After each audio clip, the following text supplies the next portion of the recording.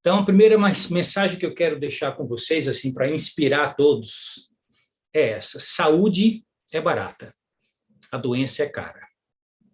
E onde é que começa o processo de conquista da saúde? Começa com conhecimento. Então, aqui tem uma segunda mensagem: a informação que você não tem pode estar lhe prejudicando, e a ignorância não é uma bênção.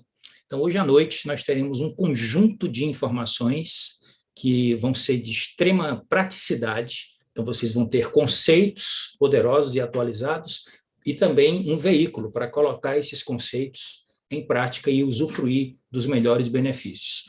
E esse veículo, basicamente, chama-se atitude. O conhecimento sozinho não é poder. Ele só traz poder quando você coloca em prática e muda hábitos e comportamentos. É a partir daí que você realmente adquire o poder do conhecimento.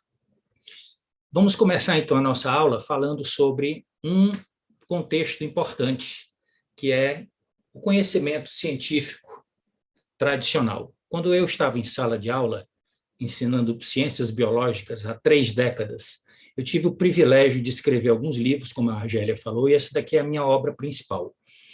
Essa edição é de 1992, só para vocês terem uma ideia. Então, nós estamos fazendo exatamente 30 anos, né, da edição, do lançamento até agora, 2022, e esse exemplar foi encadernado pelo meu pai e encontra-se na biblioteca particular dele. E eu, então, estava fazendo uma revisão dos conteúdos para montar essa aula e deparei com um capítulo do meu próprio livro, capítulo Noções Básicas de Bioquímica Celular, e eu começava sempre pelas propriedades da água. Muitos colegas de profissão ficavam me criticando porque eu dedicava uma aula inteira para falar sobre a importância da água, como base do conhecimento para falarmos sobre bioquímica. Muito bem, então vamos começar pelo planeta, para depois a gente chegar no ser humano e compartilhar com vocês as dicas práticas de hoje. Então, a água é o principal composto bioquímico que permite a existência humana na Terra, não só humana, como todas as formas de vida, e é o nutriente mais vital em qualquer fase da nossa vida. Nós temos a água como o componente mais importante do nosso corpo, e hoje vocês vão entender as diversas nuances da água e a participação dela em todos os processos fisiológicos e todos os processos que garantem a nossa qualidade de vida. Dá uma olhada nessa imagem para vocês já refletirem comigo qual é o nosso primeiro desafio que nós temos pela frente e como é que nós vamos dar a nossa melhor contribuição. Se a gente pegar toda a água que está contida no nosso planeta, por isso que ele é chamado planeta Terra, cabe dentro desse cubo que vocês estão vendo aí, proporcional também da estrutura da Terra. Como é que se encontra, então, a distribuição da água no planeta? Vejam que informação importante, pessoal. 97,5% da água é água salgada. Só 2,5% é água doce. Preste atenção a esse detalhe. E olha como essa água doce encontra-se hoje dividida no nosso planeta. Primeiro, calotas polares, águas subterrâneas, rios e lagos.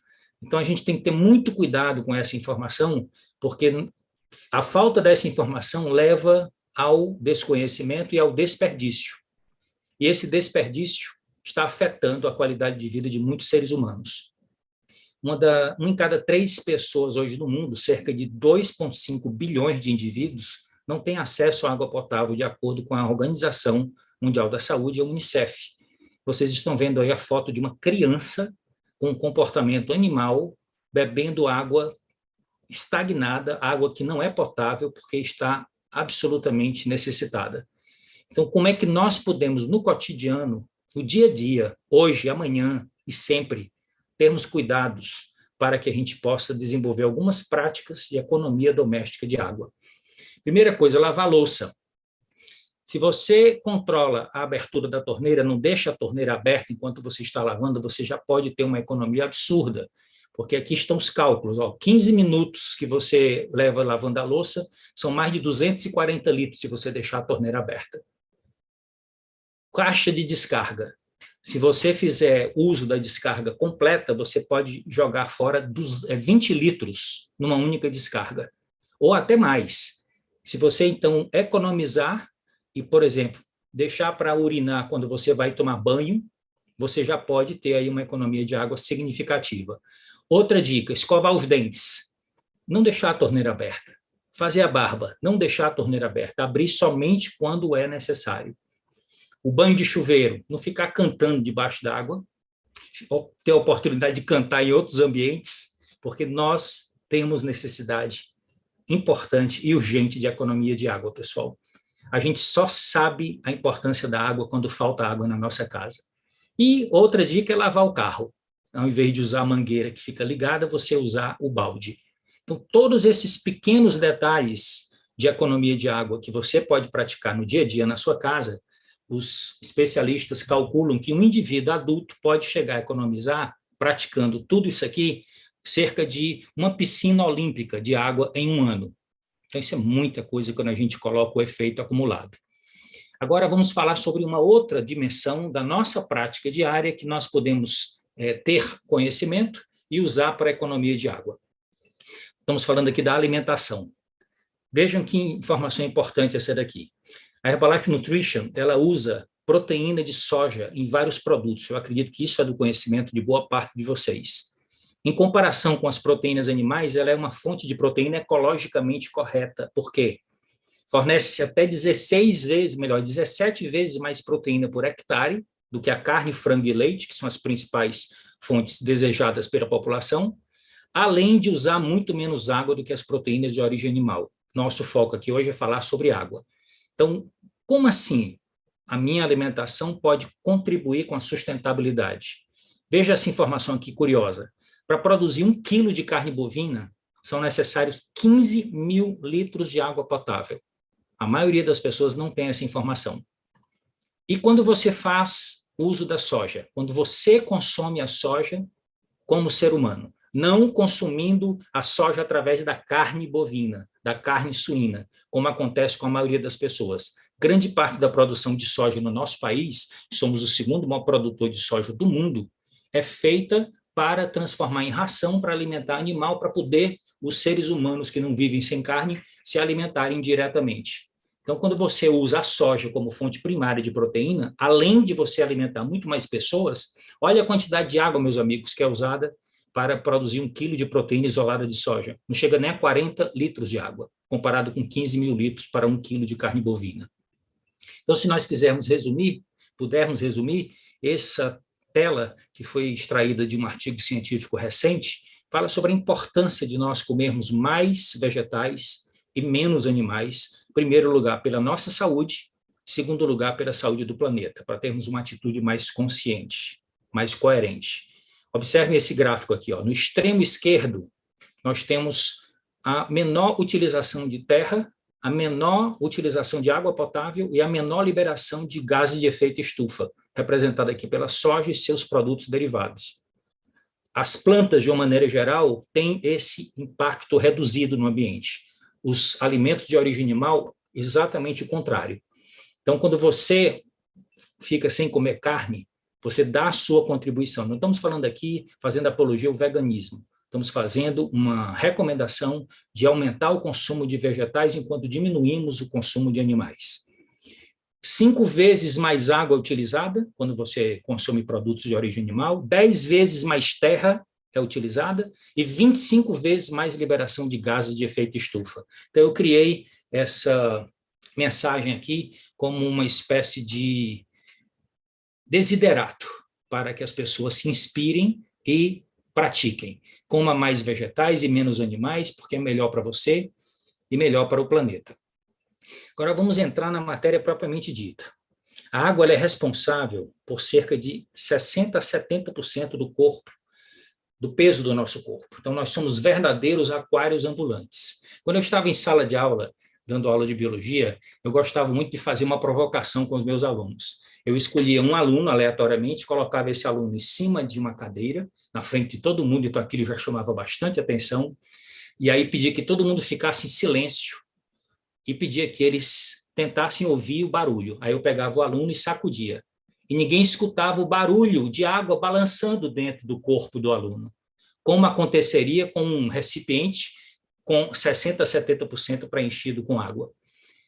E, ao mesmo tempo que se você injetar uma seringa vazia e tentar puxar água de dentro do músculo, você não consegue. Você só consegue se você atingir o vaso sanguíneo. Então, por que quando puxa não vem e quando agita não faz glu, glu, glu, glu? Fazia essa pergunta dentro de sala de aula e conquistava bastante a atenção dos alunos para entender que a água, embora seja o componente mais abundante, ela está associada ao segundo componente mais abundante do nosso corpo, que são as proteínas. Então, a água, em grande parte do nosso organismo, não está livre na forma líquida, ela está formando micelas, associado às proteínas. Então, para a gente entender isso melhor, vamos analisar aqui juntos a distribuição dos líquidos corporais. Então, imagina uma mulher com um peso de 65 quilos, com aproximadamente 67% de água. Estamos fazendo aqui um cálculo aproximado para facilitar as contas.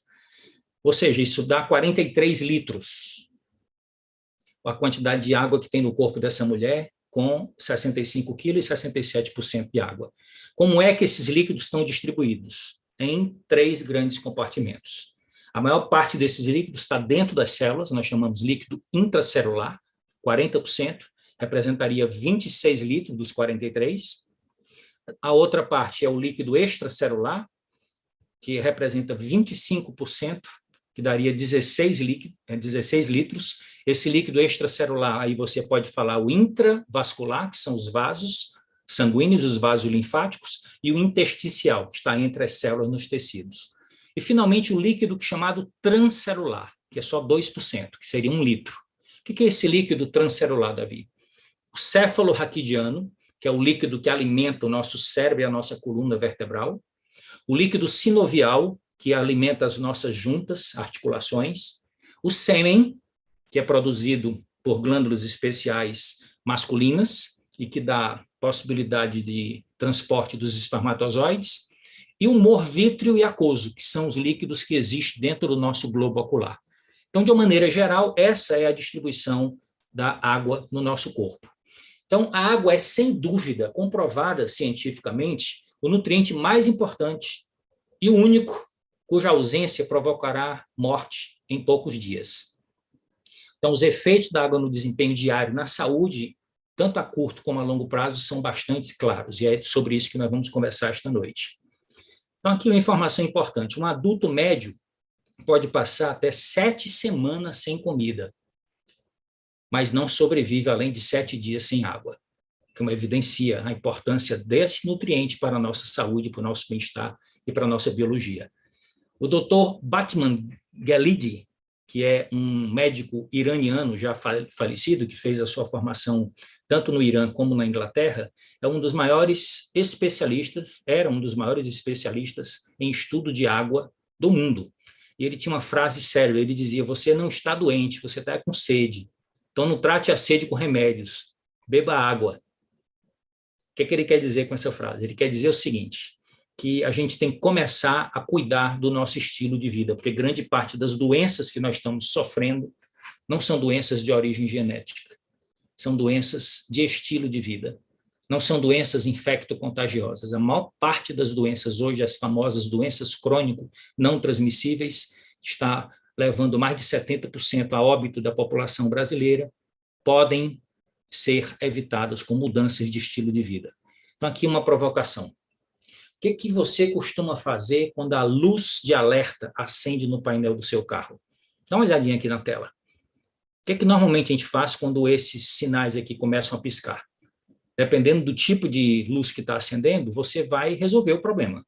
E se várias luzes acenderem ao mesmo tempo, você está vendo que seu carro precisa de cuidados urgentes. Imagina que você levasse o carro para a oficina e lá na oficina, em vez de tomar providências, você simplesmente pedisse o mecânico para desligar o fusível e apagasse essas luzes que dão sinal de alerta no seu carro e saísse de lá com o carro circulando sem ter tomado as providências para a revisão. O que isso tem a ver com aquilo? É exatamente assim que se comporta a maior parte das pessoas. Como é que se tratam doenças de estilo de vida? Dá uma olhada aqui nos medicamentos hoje mais vendidos no mundo e no Brasil. E o que está por trás disso aqui? Dor de cabeça, corpo dolorido, inibidor de apetite, azia, depressão, antihipertensivo. Se vocês conhecem pessoas com mais de 45, 50 anos, a maioria dessas pessoas tem esses medicamentos em casa, em uso, muitas vezes contínuo, controlado por receita médica. A pergunta é, todos estamos condenados a isso ou é possível viver mais e melhor sem necessidade de medicamentos, só se reportar os medicamentos quando for o último caso, quando realmente for necessário? O que está acontecendo é que as pessoas não estão se cuidando, não estão cuidando dos pilares que geram a saúde, estão perdendo a saúde muito cedo e estão ficando dependentes de despesas médicas hospitalares cada vez mais elevadas. E cada um desses medicamentos aqui não é inócuo, produz efeitos colaterais para os quais vão ter outros medicamentos. Então, isso é um grande negócio chamado indústria da doença. Nós estamos trabalhando na indústria do bem-estar. Então, primeira coisa é o conhecimento, segundo é a atitude, terceiro é a prática. Então, vamos falar agora sobre a importância da hidratação. O que a água pode fazer por você? Preste atenção aqui, esses diversos itens que nós fizemos uma compilação. Primeiro, é o principal componente da maioria dos tecidos, como nós já vimos, participa na formação dos sucos digestivos, mantém as membranas mucosas úmidas, contribui para o equilíbrio do meio interno, contribui para a eliminação dos metabólicos através da formação da urina, lubrifica as juntas, é necessário para a comunicação dos neurônios, protege o cérebro e a coluna vertebral contra choques mecânicos, regula a temperatura corpórea, libera nutrientes dos alimentos através da digestão e da absorção, e ainda trabalha na circulação e assimilação dos nutrientes para todo o organismo. Tem muito mais coisa que nós poderíamos falar sobre a água. Agora eu quero ir por tópicos. Como é que a água apoia o nosso sistema imunológico? Que neste momento, a maioria dos seres humanos tomou conhecimento que existe um sistema imunológico e que ele é importante. Reforçá-lo. Primeiro, a água ajuda a absorver os nutrientes. Digestão, absorção e assimilação dos nutrientes. Sem água não há possibilidade de você levar os nutrientes para todo o corpo, incluindo para as células de defesa. Segundo, apoia a saúde das membranas mucosas. Que membranas mucosas são essas? São exatamente aquelas membranas que funcionam como barreiras que protegem a entrada do nosso corpo.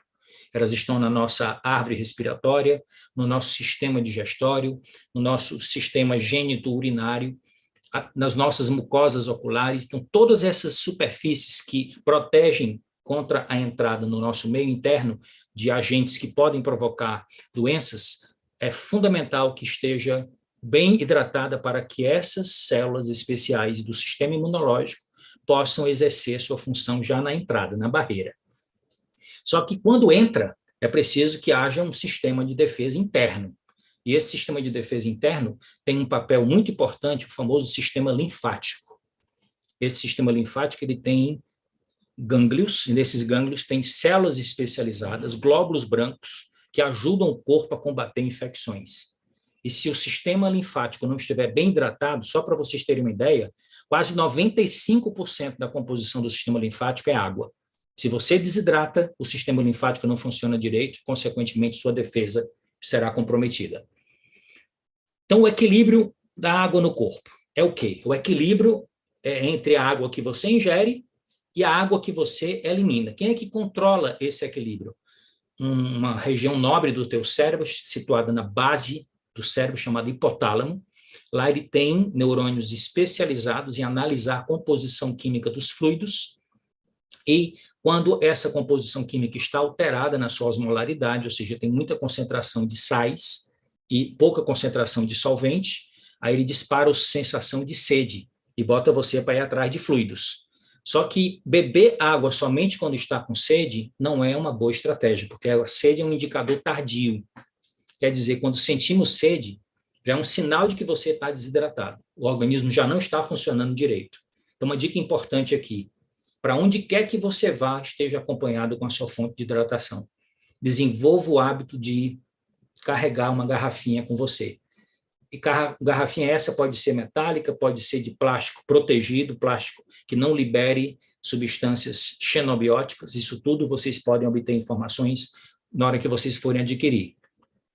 Agora, quais são os sinais que você tem que ficar atento para que você evite a desidratação. O primeiro deles, boca seca. Segundo, urina escura. Quanto mais clara e menos odor tiver na sua urina, melhor indicador de que você está bem hidratado.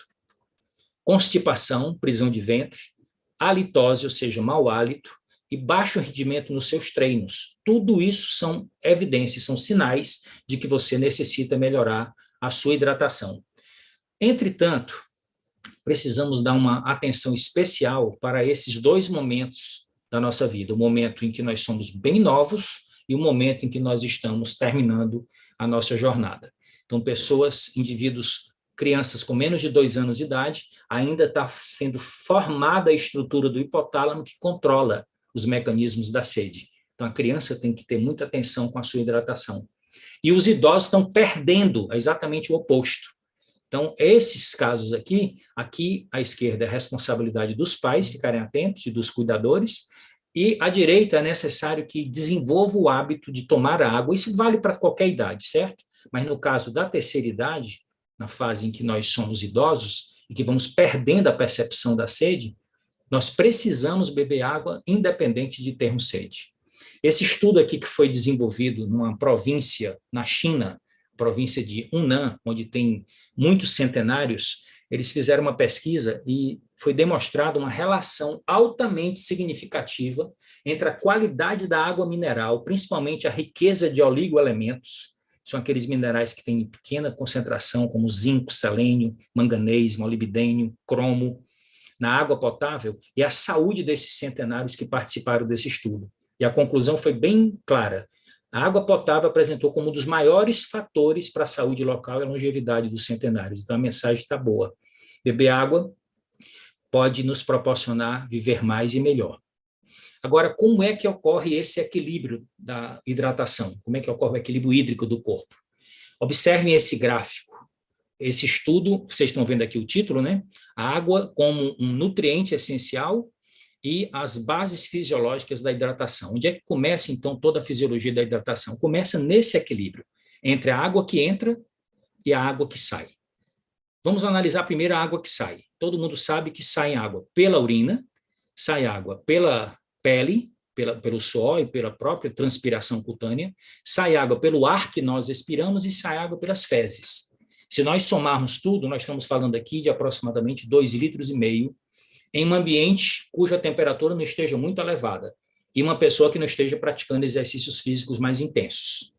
Tá certo? Porque esses dois fatores são fundamentais para definir a quantidade de água que você necessita. A temperatura e a umidade do ambiente e o nível de atividade física. Então, para ter um equilíbrio, é necessário que você reponha a quantidade de água, porque você não tem reservatório de água dentro do corpo. Muita atenção para isso. Então, tem 3 fontes para você obter água. Primeiro, água líquida, alimentos e água metabólica. Davi, o que é essa água metabólica? Tem muita gente que tem curiosidade. A combustão, a oxidação de nutrientes como gordura e carboidrato produz água. Olha só que informação importante aqui nesse artigo científico. A combustão completa de 100 gramas de gordura produz cerca de 110 gramas de água metabólica na própria célula onde está sendo feita a oxidação dessa gordura. Então, emagrecer produz água. E quando você queima 100 gramas de carboidrato, rende apenas 55 gramas. Então, queimar gordura produz muito mais água. Portanto, as reservas de gordura e os alimentos gordurosos são considerados particularmente valiosos como proteção contra a desidratação. De onde é que vem essa água metabólica? Preste atenção aqui agora para essa parte da explicação. Sempre que você constrói moléculas grandes dentro do corpo, como proteínas, como glicogênio, como ácidos nucleicos, DNA, RNA, para construir, você precisa juntar as unidades que formam essas macromoléculas. Os aminoácidos formam as proteínas, a glicose forma o glicogênio, e os nucleotídeos formam o RNA e o DNA, que são os ácidos nucleicos. Para eu juntar essas moléculas, eu preciso retirar água. Então, a água, ela não é só o meio onde a reação ocorre, ela participa ativamente do processo. Então, na hora que eu estou construindo as estruturas dos meus tecidos e as minhas reservas energéticas, como o glicogênio, eu estou fazendo a retirada de água. Já a respiração celular, que é a segunda forma de obtenção de água, ocorre, como eu já expliquei, a partir da oxidação dos carboidratos e dos lipídios.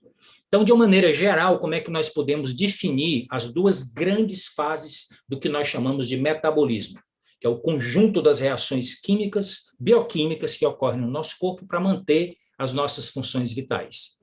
Então, existem as reações que são chamadas de anabólicas, que são as reações de construção, e as reações catabólicas, que são as reações de decomposição. O metabolismo, portanto, é um equilíbrio entre esses dois grandes grupos de reações. Quando você está em fase de crescimento, do nascimento até a fase adulta, você está com mais reações de anabolismo do que de catabolismo, por isso ocorre o crescimento. Quando você chega na fase adulta, você entra em equilíbrio e depois você constrói menos e decompõe mais. Portanto, o metabolismo catabólico, o catabolismo vai ser superior ao anabolismo no processo de envelhecimento. Agora, o que são essas frases que estão aqui? Síntese por desidratação é o que caracteriza o anabolismo. E decomposição por hidrólise é o que caracteriza o catabolismo. Eu vou usar exemplos para vocês entenderem melhor. Preste bem atenção aqui agora. Quando eu faço uma análise de como os alimentos proteicos que eu ingiro transformam-se em proteínas corporais. Como é que eu consigo transformar ovo em cabelo e queijo em músculo? Eu costumava usar essa figura de linguagem para chamar a atenção dos alunos. Então, no processo de digestão e absorção, eu estou fazendo catabolismo. Eu estou quebrando as moléculas grandes para liberar aquelas unidades que vão poder entrar no meu corpo e que eu vou utilizar para fabricar as minhas próprias proteínas. Que unidades são essas? São os aminoácidos. Então, quando eu pego uma proteína e preciso quebrar essa proteína no processo de digestão, eu estou usando a água para quebrar as ligações e esse processo se chama hidrólise. Por isso que o nome é decomposição por hidrólise. E aí eu libero os aminoácidos vão até os tecidos e quando chegarem lá nos tecidos vai ocorrer agora o contrário. Eu vou retirar a água e vou formar de novo as proteínas, só que agora de acordo com a programação genética do meu corpo. Por isso que eu brinco dizendo que nós temos capacidade de transformar ovo em cabelo e queijo em músculo. Então, dá uma olhada aqui agora nessa figura. A importância da síntese e da degradação de proteínas. Aqui à esquerda, tu estás vendo uma proteína sendo quebrada usando água. Na hora que você bota a água aqui, você separa a ligação. Aí separa os aminoácidos. É o que ocorre no processo de digestão. E aqui à direita é quando chega nos tecidos, aí você vai retirar a água e vai formar de novo a proteína. Então, aqui à esquerda você tem decomposição usando a água, decomposição por hidrólise. Hidrólise significa quebrar com água. E aqui desse lado você tem a síntese por desidratação. Então, quando você faz a síntese por desidratação, a água surge. Essa água é liberada, e essa água é água metabólica. Só que aqui a quantidade de água é muito pequena quando comparado com a respiração celular. Preste atenção aqui agora, a respiração celular. Quando você tem aqui o entendimento do processo, fica tudo mais fácil. Do que se trata a respiração celular? Como o nosso corpo retira energia daquilo que nós comemos. Então, pensa aqui do lado esquerdo. Os nutrientes combustíveis, carboidratos e lipídios, mais o oxigênio. Chega na mitocôndria, ela vai fazer a reação de respiração celular para retirar a energia dos combustíveis, da gordura e do açúcar, e no final ela vai produzir gás carbônico e água, e esse gás carbônico e essa água tem que ser liberada. E o processo libera energia, e essa energia é transferida para uma molécula chamada ATP, e é desse jeito que nós mantemos a vida. Então aqui está o resumo da reação da respiração celular, onde essa primeira molécula aqui, C6H12O6, é a glicose, está reagindo com o oxigênio, que vai virar gás carbônico e água. Em resumo, os hidrogênios da glicose são retirados na mitocôndria, passados por uma máquina que extrai energia, depois, no final, ele reage com o oxigênio e vira água. E o gás carbônico é eliminado, principalmente através da expiração. Agora, aqui eu queria chamar a atenção para vocês de uma curiosidade que eu tinha quando era criança. Meu pai me estimulou muito a estudar biologia animal. E quando eu chegava nos animais que atravessavam os desertos, eu ficava muito invocado. Como é que esses animais caminhavam dias no deserto sem água, sem beber água, e suportavam, e sobreviviam. Aí algumas pessoas me diziam que o camelo e o dromedário tinham uma capacidade incrível de armazenar água em algum lugar dentro da barriga, dentro do corpo. E, na realidade, não era isso que acontecia. Todos vocês já viram fotos de dromedário, que tem uma corcova, e do camelo, que tem 2 corcovas. Qual é a função da corcova? A função da corcova, meus amigos, é exatamente reserva de gordura. E o que é que isso tem a ver com aquilo? Na oxidação da gordura, o camelo libera a água que ele vai consumir ao longo do trajeto, onde ele não vai ter mais água para beber. Então, dá uma olhada aqui nessas 2 reações para vocês terem uma ideia concreta. Aqui em cima nós estamos dando exemplo de carboidrato e aqui embaixo dando exemplo de gordura. Olha a quantidade de carbonos e hidrogênio que tem na molécula de glicose, C6H12O6. Agora olha a quantidade de carbono e hidrogênio que tem na molécula de gordura. Olha a quantidade, meus amigos, olha aqui a fórmula que eu já mostrei no slide anterior. Então, na glicose, nós temos 6 carbonos, 12 hidrogênios e 6 oxigênio, e produz 6 moléculas de água. Agora, olha a molécula da gordura, C55H104O6. Então, vai precisar de muito oxigênio, vai liberar muito gás carbônico e muito mais água. E é esta água aqui que é utilizada por esses animais que vivem em ambientes desérticos para que eles possam sobreviver muitos dias sem beber água. Agora, no nosso corpo, vamos pegar dicas práticas. O que ocorre quando a gordura é oxidada? Lá no texto científico que eu mostrei para vocês, nós fizemos uma observação curiosa. 100 gramas de gordura, quando são oxidadas, produzem 110 gramas de água. Então, quando você está fazendo um programa de emagrecimento, como o que nós proporcionamos para os nossos clientes que têm interesse nesse objetivo, quando você queima, oxida meio quilo de gordura, você produz 550 gramas ou 550 ml de água metabólica. Se você não está se hidratando corretamente, o teu corpo não vai te deixar liberar essa água. E essa água vai ficar retida. E você não vai ter resultado, nem vai emagrecer, nem vai perder medidas. Então, aqui uma curiosidade que eu gostaria de compartilhar com vocês, e que vem de um outro estudo científico que eu tive acesso recentemente. Veja que interessante. O título que vocês estão vendo aqui dessa pergunta é exatamente o título do artigo científico que foi publicado nesse jornal britânico médico famoso. Quando alguém emagrece, para onde é que vai a gordura?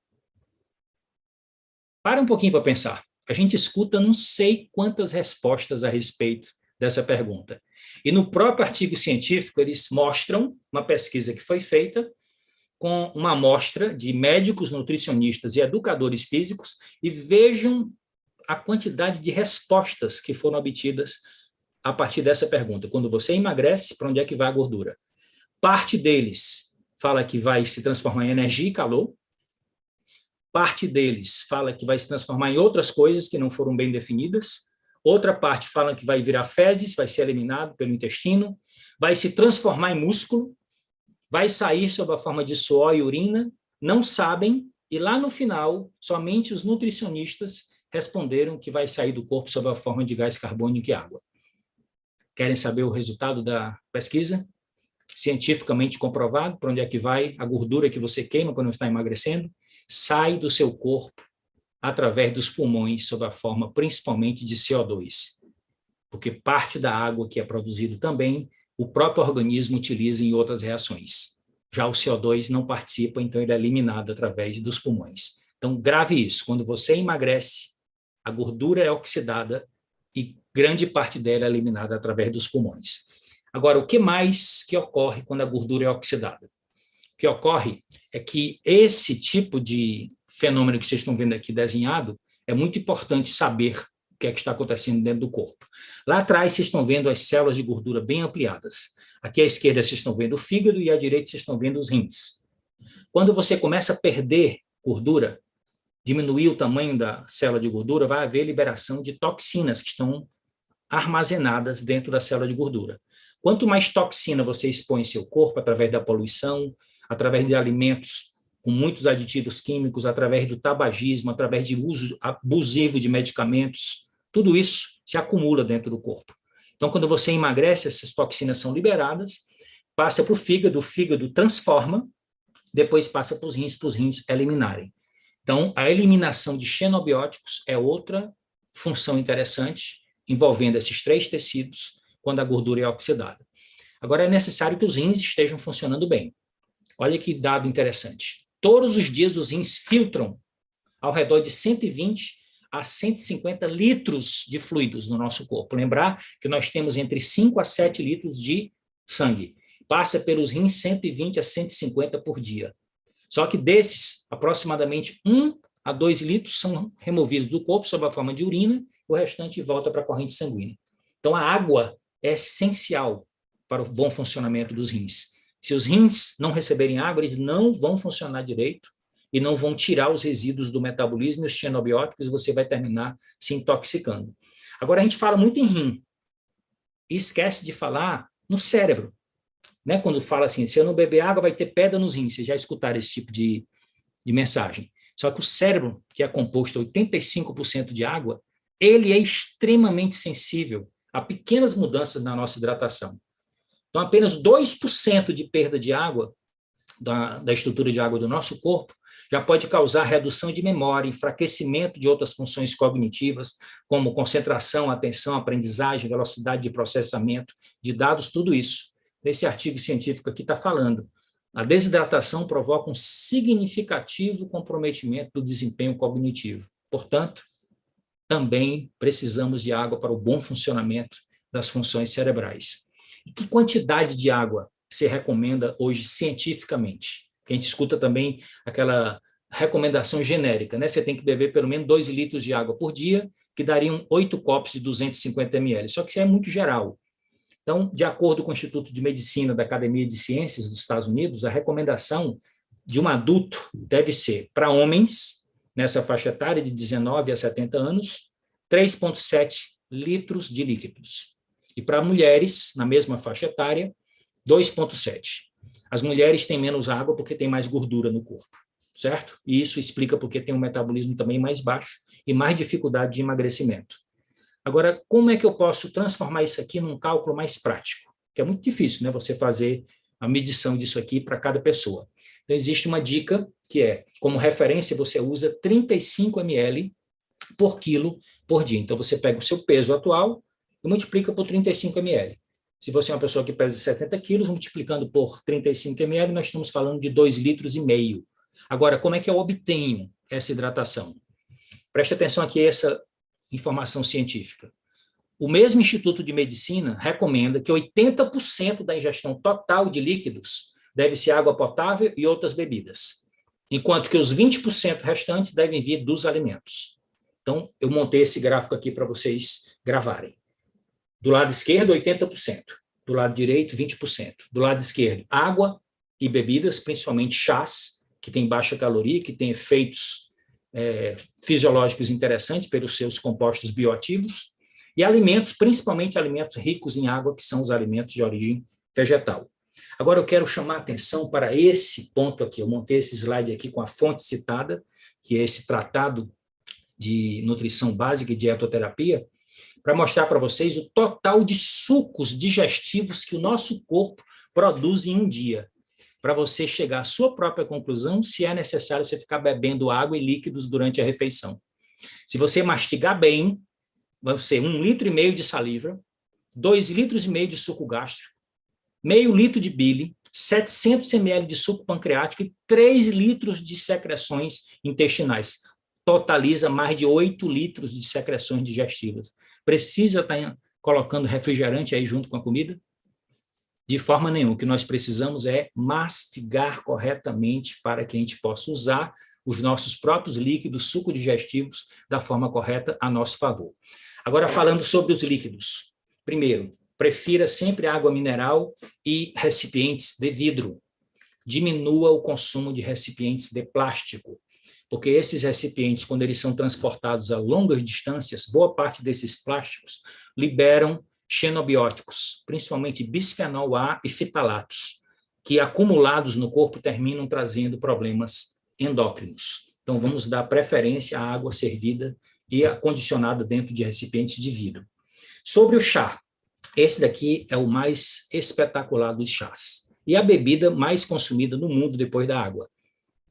Existem mais de 4.000 substâncias que foram estudadas pela pesquisa na bioquímica, e o poder antioxidante é um dos mais evidentes, propriedades termogênicas, ativação do metabolismo e também a oxidação das gorduras. Isso tudo dentro de um contexto de um estilo de vida ativo e saudável. Então, tem muitos artigos científicos falando que você, junto com a hidratação, quando você faz a eleição dessas bebidas com a base dessas ervas, você tem efeitos benéficos adicionais. E um dos efeitos mais importantes do chá verde é o efeito da oxidação das gorduras devido aos seus fitoquímicos, principalmente as catequinas, e se você associar com o exercício físico, você potencializa esse efeito para promover um emagrecimento saudável. Nós temos um produto do nosso portfólio que é campeão, que é considerado um dos melhores produtos dessa categoria em escala global. A Herbalife é uma empresa de nutrição de referência mundial hoje, e é o nosso Herbal Concentrate. Você pode adicionar limão para tornar a bebida mais agradável ainda e potencializar os efeitos do princípio ativo do chá no seu organismo quando você mistura com limão. Esse outro aqui é o nosso Guaraná, que também tem propriedades estimulantes e antioxidantes muito evidentes, e você pode utilizar esse produto, inclusive pode utilizar associado. Eu gosto muito de misturar os dois no meu amanhecer, quando eu tomo esse chá. E sempre que você puder, dê esse input no seu metabolismo, dê essa ativada, procurando beber a maior parte possível da sua água gelada, porque a necessidade que o nosso corpo tem de equilibrar com a nossa temperatura interna vai gastar energia, e essa energia vai terminar vindo de dentro das nossas reservas. Então, quando você toma um copo d'água, não faz muita diferença, mas quando você toma 2 litros ou mais, aí você já vai ter aqui uma quantidade expressiva. O artigo fala que quando você utiliza essa água gelada, você queima 100 calorias por dia. Em uma semana, você queima 700 calorias. Em um mês, são 2.800 calorias a mais se você desenvolver o hábito de tomar água gelada. Agora, de todas as formas, evite comprar e dar refrigerante para seus filhos. Comprar para si e dar refrigerante. Porque tem tudo que está comprovado sobre os efeitos colaterais negativos para a saúde, para o controle do peso, e quanto mais cedo você expõe, pior é a situação. Então, o próprio mercado está regulando e já tem uma série de iniciativas que estão sendo tomadas para reduzir o consumo. Tome também você a sua iniciativa, porque são calorias vazias, repletas de porcarias e péssimo para a saúde, que é o que está escrito em inglês. Por que alguém tomaria algo parecido com isso? Sabe, e os sucos de fruta, o que a gente pode falar sobre eles? Os sucos de fruta têm uma legislação no nosso país que eu queria compartilhar com vocês, e uma experiência interessante que eu passei em São Paulo aqui nessa foto. Eu fui tomar água, aí vi o cara preparando suco de laranja na hora. Aí eu cheguei, peguei uma garrafinha e perguntei para ele, bati um papo com ele, você está usando quantas laranjas dessa para colocar dentro dessa garrafinha? Ele diz, em média, de 8 a 10 laranjas. Não eram laranjas tão grandes, mas é uma quantidade muito grande de laranja. O que significa isso? Olhe para aqui para a regra. O refresco em pó tem 0,02% de laranja. O refrigerante tem 10% de laranja. A bebida tem 30%, o néctar tem 50% e o suco é laranja total, laranja integral. Isso aqui é a regra para a nossa legislação. Então, eu estava aqui na minha mão com esse recipiente do lado direito, que é o suco de laranja completo. Só que quando você toma um suco de laranja desse completo, o que é que vai acontecer? Preste atenção aqui para essa reflexão. Quando você processa, você retira as fibras. Se você pegar 4 laranjas inteiras e comer, cortando, engolindo bago, você vai chegar na segunda para a terceira laranja já ficando satisfeito. Da terceira para a quarta, você já vai fazer um esforço. Porque essa quantidade de fibra que você está ingerindo, em média 4 gramas de fibra por laranja, tem um efeito sacietógeno muito evidente. Agora, um copo grande de suco de laranja, feito com 4 laranjas, só tem 1,6 gramas. Cai para 10% a quantidade. Mas o açúcar está todo lá, com as calorias e todos os efeitos metabólicos que isso pode causar, certo? Então, esse é o problema. Então, qual é a dica que eu quero deixar para vocês e para a gente começar a concluir a nossa apresentação?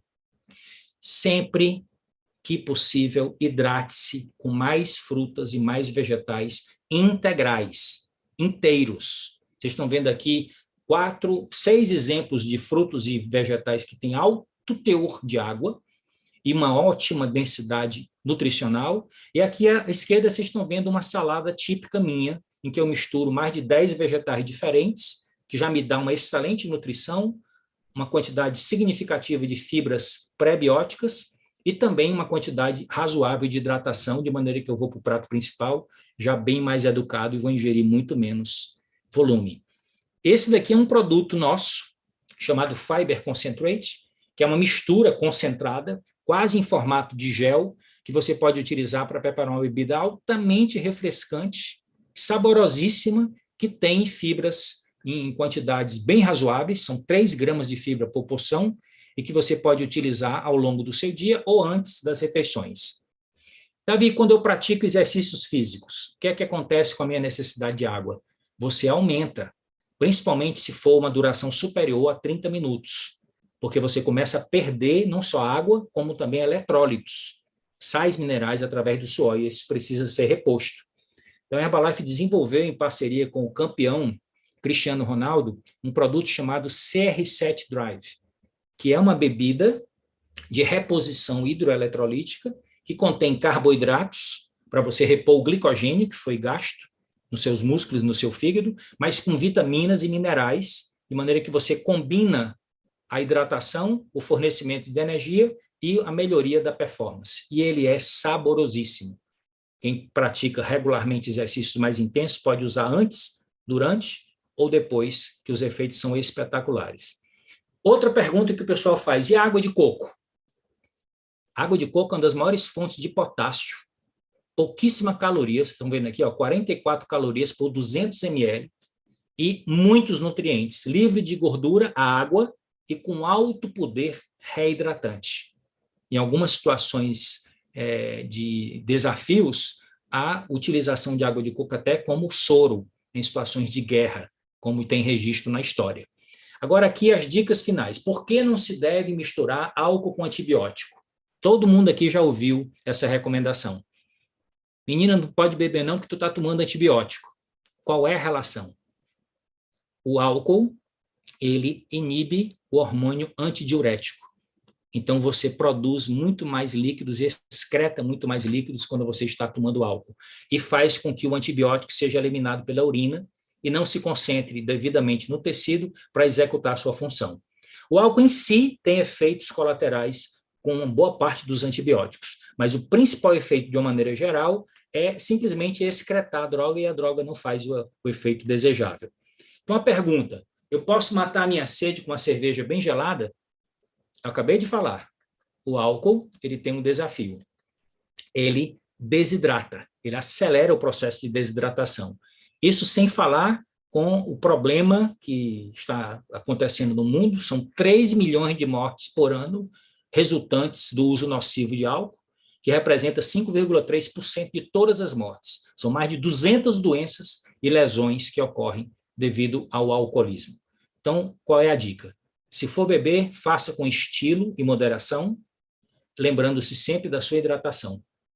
Sempre com um copo d'água do lado. Tá certo? Dica muito importante. E agora aqui a conclusão. Comece bem o dia com a melhor nutrição e hidratação possível. É isso que nós fazemos, é isso que nós queremos propor para vocês. Eu sempre inicio o meu dia, nas 2 horas iniciais do meu dia, eu já consigo ingerir perto de 1,5 litro de líquidos, sob a forma do meu Immunomix, que eu falei na minha aula passada, sobre café da manhã saudável, sob a forma do meu Super Shake e sob a forma do meu chá, que eu misturo o Herbal Concentrate com NRG, enquanto faço uma boa leitura, faço o planejamento da minha agenda e escrevo no meu diário. Então, essa é basicamente a minha rotina de início de dia. Então, vejam que importante tem você começar uma refeição onde você tem uma grande quantidade de hidratação junto com a nutrição que você precisa. Então, uma das grandes vantagens do Shake Herbalife Nutrition é a possibilidade de você misturá-lo com frutas e vegetais, além dos mais de 10 sabores que nós temos disponíveis no Brasil.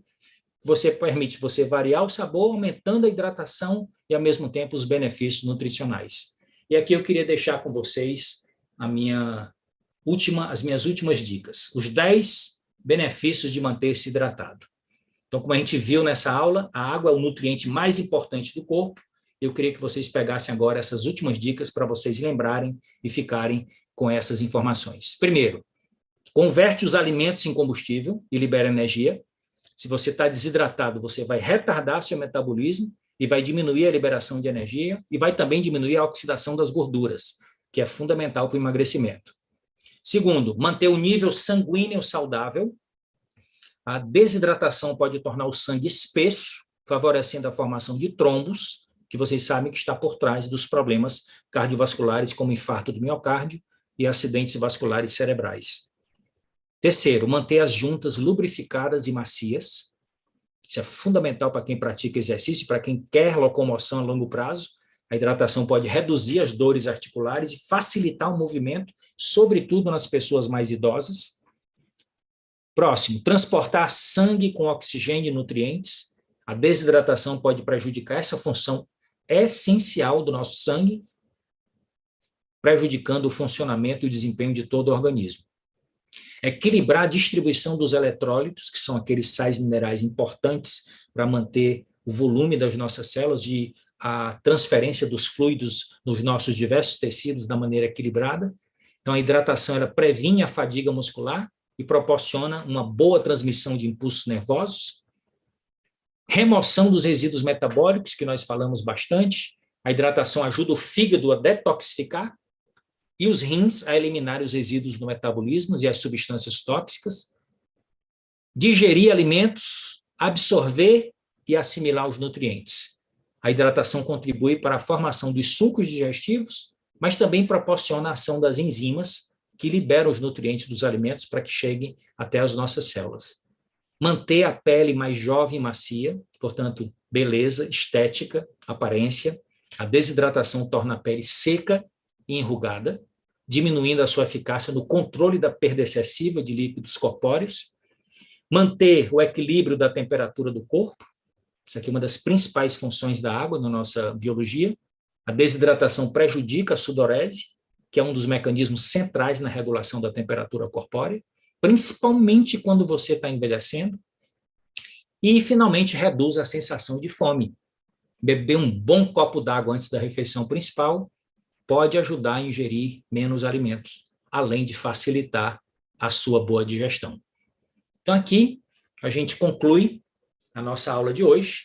Eu quero dar meus parabéns pela sua participação, por você ter priorizado essa atividade na sua agenda, e quero também me despedir das pessoas que estão nos assistindo no YouTube. E agora é hora da gente entrar em ação. Procure o consultor que convidou você para assistir essa aula e tome a melhor decisão. Faça parte desse movimento global do estilo de vida ativo e saudável.